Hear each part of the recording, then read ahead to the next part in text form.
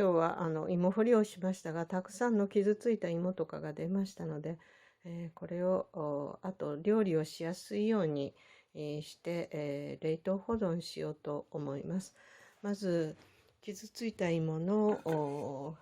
傷口の方は全部切り落とします。少しね切り落として、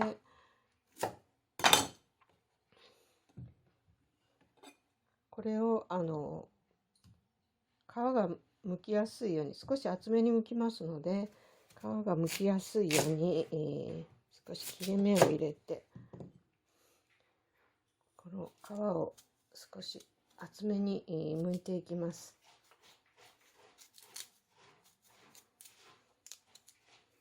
厚めに剥いた皮は皮も水につけます。あと料理で使います。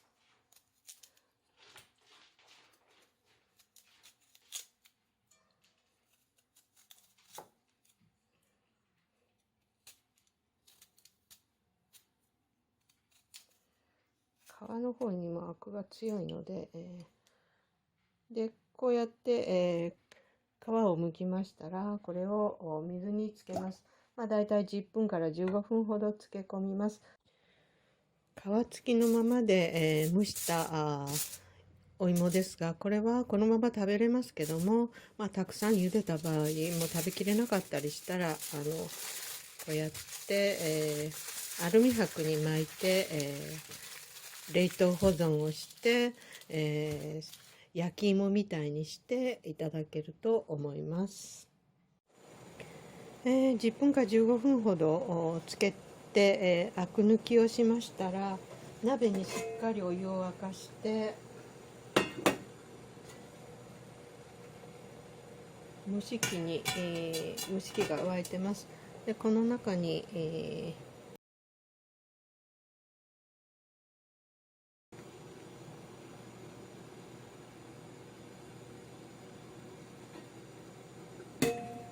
で蒸していきます。沸騰してますので20分ほど蒸していきます。柔らかくなるまで蒸します。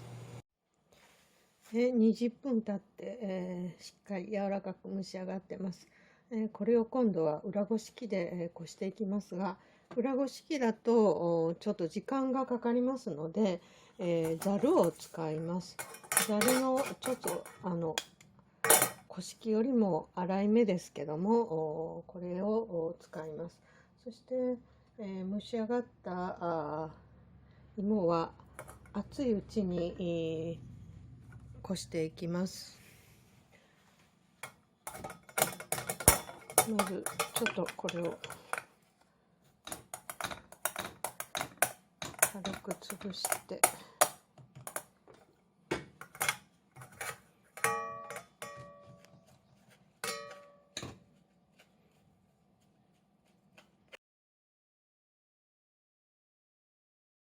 裏ごし器よりも割と簡単に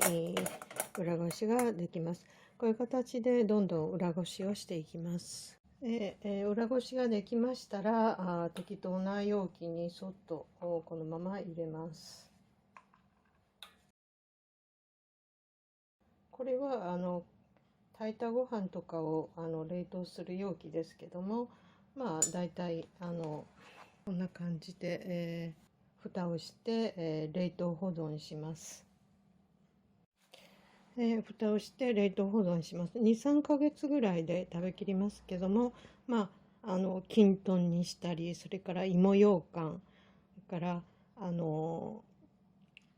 いろんなお粉と混ぜて、芋の料理を楽しんだり、工夫次第でいろいろと一応裏ごししてますので滑らかでいろんなものにも混ぜやすいので、よく使えると思います。